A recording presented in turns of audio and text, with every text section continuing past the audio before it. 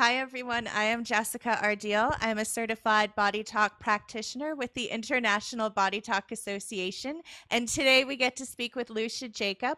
Loesje, you are the founder of Linking Awareness. You are a senior certified body talk instructor and instructor for animals. There is so much that we can dive into, so I'd like to just get straight away with Loesje. You have such an eclectic background with animal sciences. What was your introduction to body talk? How did that cross your path? That's a good question. I groomed and trained dogs for over 30 years, and as well, I was also grooming cats and working with domestic animals. And I started to notice a lot of synchronicities with the animals, and I also started to notice that they were carrying illnesses for their guardians, and I had a lot of questions. I had a friend at the time, Mr. Dave Collins, and he runs the British Columbia Equine Massage Therapy School. And I thought, well, I got to take his class, and maybe I can access what the animals are showing me. So I went to talk to him, and he said I couldn't take his class. And I went, what? He said, well, you don't need to be massaging animals, and what I'm really teaching, you're already doing naturally. He said, there's something else out there for you. And I went, oh, really? So he closed the door on me, so I thought I'd ask to see what other door would open. And at the time, Linda Moss had just taken Body Talk. We're talking in 2001, 2002. And she came up to me because I was coaching her son in ice hockey, because I'm from Canada. And she said, I've just taken this class in Florida, and I think you can work with animals. They're not doing it yet, but I bet you could figure out a way. And so she said, it's called the Body Talk system. And I went, well, show me. She laid down the protocol chart and the procedure chart. At that time, they were teaching a Body Talk. And, Jessica, it's as if I knew it already. I said, wow. I said, this is what I've been looking for. And, 14 years later, I haven't looked back. And how do you define Body Talk for animals to people, Loesje? Reestablishing communication between the animal and the guardian, as well as within the animal's own body. And that we are using the concept of consciousness medicine or energy medicine to ascertain those miscommunications that are going on. And so do you have one or two case studies or session experiences of how Body Talk for animals can work with domestic dogs or cats? I got thousands of them. It's always hard to know which one to choose, right? So, you know what? I'm gonna tell a personal one because I have this dog, and he's a Australian Shepherd Border Collie Cross. He actually came to me on day one of the Body Talk classes, so he's taken this whole journey with me, and he's still hanging out with me. So I'll try and make this long story short. It's very interesting on how animals pick up on things beforehand, and we could start to see the story unfold over time. So it started out with, I was doing a public talk at a local pet store about Body Talk, and my dog Link came with me. And I was setting up, and he always kind of hangs around, and at one point I was like, oh, where did he go? And then I said to somebody, where's Link? And they went, oh my God, he's just killed 3 gerbils in the back room. And I went, what? My dog doesn't kill gerbils? And so we went back to the room, and he was feeling terrible. And there was these 3 gerbils that he had killed laying on the ground. And I said to the pet store owner, I'm so sorry, it's not a character for him, but, I'll pay you for them. Is there anything I can do? And they said, well, it's okay, because they would in turn feed them to the snakes. So that kind of all worked out. So I started to do my my public talk, and Link was beside me, and I glanced over, and I noticed he'd gone into shock, and he had passed out. And so he must have been feeling so guilty about killing these gerbils. So I decided to do a Body Talk fast aid demonstration for the people that were listening to my public talk. So I did a cortices technique that we teach for animals, and he started to come out of shock. But then I did an advanced session, and Link said to me, non-verbally, right, because I teach animal communication, he said, I also need to tell you that there's something going on with your friend's baby and its spleen and its blood, so let him know before the baby's born to be careful. And I was like, how could that have anything to do with gerbils? So I thanked him, and he, after doing that session, he was perfectly fine again. So great validator for body talk in my public talk. About a month later, I talked to my buddy, and his baby was born, and she did indeed have something going on with her blood and her spleen. And so Link's precog helped him to deal with that. Now we're going to fast forward about another 6 months. I was teaching a body talk fundamentals class at my buddy's property, the one who had the baby. And Link was with me, and all of a sudden Link was not well. He wasn't being able to get up. His gums were white, and I did some body talk session on him. It shifted him a little bit, but we didn't know what was wrong with him. So while I was teaching, my friend rushed him to the vet clinic, and I'm very fortunate because I work with Positive Veterinary Clinic in Kelowna, British Columbia, very integrative, holistic vet. And she phones me back. She says, I don't know what's wrong with your dog, but something is eating his red blood cells. And so he's gone anemic. He may need a transfusion. When I asked Link if he wanted the transfusion, he said no. So I phoned the vet back and I said, can you hold on a little bit? She said, well, he's crashing. And I said, well, what could this be? And she said, I don't know. So I decided to ask Link. I said to my dog, I said, why do you think you're not feeling well and this is going on? And he showed me this little movie of a few days before, unbeknownst to me, he had been helping the guys out of the barn clearing some wood, and he had been chasing mice and going into the areas where a lot of the mice and the mice poo had been. And I phoned my vet back and I said, could this have anything to do with mice? And, we're back to rodents again, right? She said, oh my God, she said, it's called hantavirus. Dogs hardly ever get it, but it's very possible. So he checked positive for hantavirus. So what had happened is the virus had wrapped itself around the red blood cells, and the white blood cells were attacking the virus, but at the same time creating a problem with the red blood cells.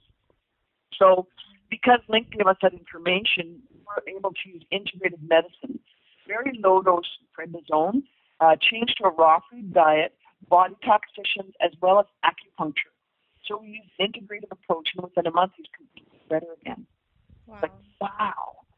And so now our story doesn't end because I teach about how animals take on or mirror things that the guardians are going through. And a lot of times they'll take it on to try and keep us healthy and functioning. So now fast forward another few months, and I wasn't feeling so great, and I travel a lot. So I decided to go for my regular blood test. And we got my blood results back, and my doctor said, you're experiencing something called polycythemia. And I'm like, what is that? He says, too many red blood cells. I was like, are you kidding? So my dog was trying to manifest a way to help me not have too many red blood cells, but he was having not enough red blood cells. So profound story. I was able to use actually body talk and a change in my lifestyle, and now my blood tests are clear, and my dog's blood tests are clear. Wow. So there's a little bit of a complex story, but we start to see when we expand our awareness and using the tools of body talk and animal communication, we start to see this amazing interconnectedness with the animals and ourselves and the nature and the environment. Thank you for sharing something so personal, Loesje. I mean, the stories you have, I'm sure we could talk for hours and days and weeks and months and years. So is there an example you could share of a case that comes to see you? Do you see dogs or cats? Or are you mainly teaching now?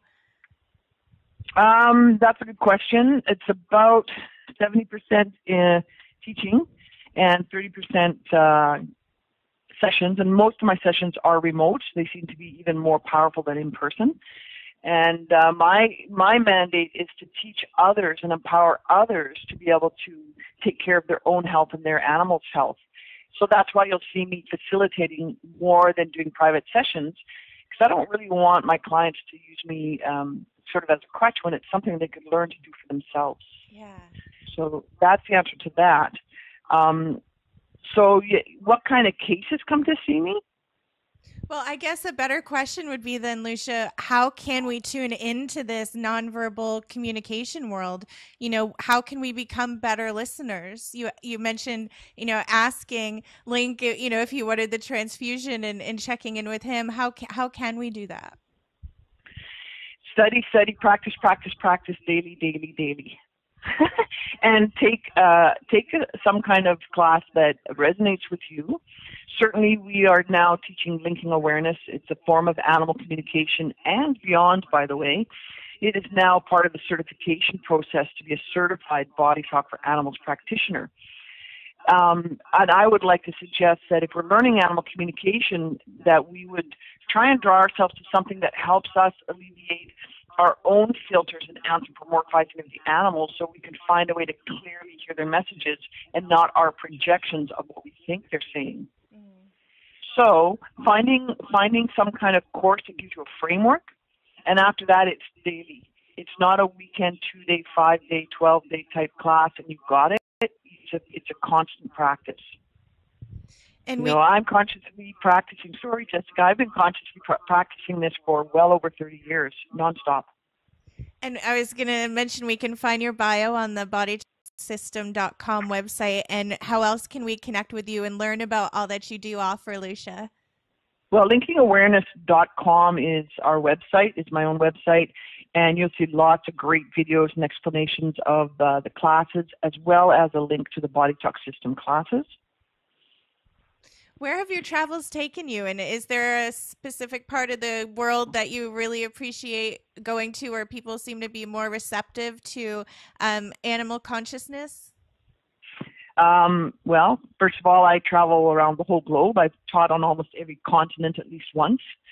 I've taken this concept into the jungles, and mostly when I go into the forest and the jungles, it's so that I could learn from the indigenous peoples that live there.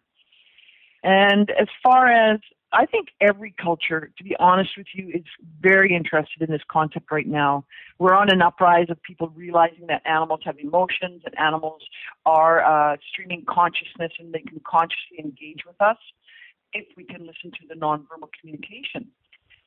Right now, I'm certainly drawn to Indonesia, and I think it's partly because I've connected with a group of veterinarians and vet students that are very, very much behind the concept of, can we learn to listen to the animals as veterinarians so that we can also include the animal's perspective in their treatment and care? And they've also realized the power of body talk in their practice. So here's an exciting announcement. In January, this coming January, around the 31st, we're going to do our very first Body Talk Fundamentals for Animals class in Indonesia with the vets and the vet students in an area called Bogor, just outside of Jakarta, and we're going to be working in conjunction with the Agricultural University there. How exciting is that? I know, right? I mean, the things that you get to be a part of and that you're a catalyst for are just incredible. Thank you for all that you do around the globe. It's absolutely amazing. And what other stories can you share with people to help them connect with that awareness of nature? What's popping up for you? I need to finish on the Indonesia thread, because what a lot of people might not know yet is the Body Talk Fundamentals for Animals class as of January has no prerequisites. Okay. And we are co-funding this project because I sponsor the vet students who can't afford the class in Indonesia. Okay. So international students are welcome to come to this class. 30% of their class fees are going to fund the project. So I wanted to just invite everybody internationally to please join us in Indonesia. We've got quite a few amazing classes there this year. Awesome. Yes, for sure. Yeah. And so they can go to linkingawareness.com to find out more, yes? Yep. All our schedules will be there, and also in the next month they will be on the Body Talk website as well. Oh, awesome. That's so exciting. Yay. Yeah. I got a great story about a puppy who had parvovirus. I had a young boy come to me because his husky pup was dying of the parvovirus, and a lot of times the pups will die or they'll go through quite a process with the vets. And this young guy, he couldn't afford to pay all the vet care. All he could afford was for the vet to hydrate the puppy sub-Q. And so I donated my services for this little puppy. It was one out of a litter, I believe, of 5. And we used the Body Talk, and I did some sessions. I think I did 2 sessions. One session one of my apprentices did, and it ended up being the only puppy that survived. So that was a very huge validator for me and Body Talk with these severe viruses, that it has the potential. It doesn't always work, but it has the potential. And the crazy thing is, when we did the sessions, most of the session was actually on the guardian, on the puppy's guardian. So he had been dealing with diabetes and stomach issues for quite a while, which was quite an error with the puppy. So most of the session was on the young guy, but the puppy got better. What is one of the best things that we can do for our dogs and cats, Loesje? Learn to listen to them and feed them raw food. So diet is an important factor. And does Body Talk for Animals incorporate that, or how would we make practical application of that? I think that as a Body Talk instructor, what we're teaching is, it's like a triad, you know. There's Body Talk is amazing, but nutrition is a big part, and environment, where they live, what the environment's like, but then also the emotional or behavioral support. So it's kind of like three things, you know. Diet and environment is very important to support them. The Body Talk is definitely profound, but it's not the only thing. And then the way that we are working with them behaviorally and training them, because they have an emotional life that some of our training and behavior work with them also supports. So all three, I think, are equally as important. And so, Loesje, I know you're really busy. Thank you so much for taking the time out to be on this panel of Body Talk experts and share your experience and expertise. I know you have so much to offer us, so we'll go to linkingawareness.com for more. And before we go, is there anything else that you'd like to share? Well, that's a big question. I just think that if we can listen to the animals more, then what we're noticing is they can give us directives, they can come up with creative ideas, they even can write music with us. It's quite profound. And certainly my project that we're going back to do in January at Wakambas Elephant Sanctuary was definitely, the elephants said, please come, we want a mystery school here, and they are co-facilitators of our classes there. And at the same time, you know, there's a guy named Charlie. He's an orangutan at the Singapore Zoo that I have met, and he's the one who's been telling me to go to a small island to learn from the orangutans. He sent me to Borneo, and I've been doing 5 years of projects with Dr. Bruti Galdakas. She loves Body Talk. She loves the animal communication. She knows that the orangutans have a lot to share with us. So we'll be going back there as well in the next year and working with them, all because the animals asked us to. Wow.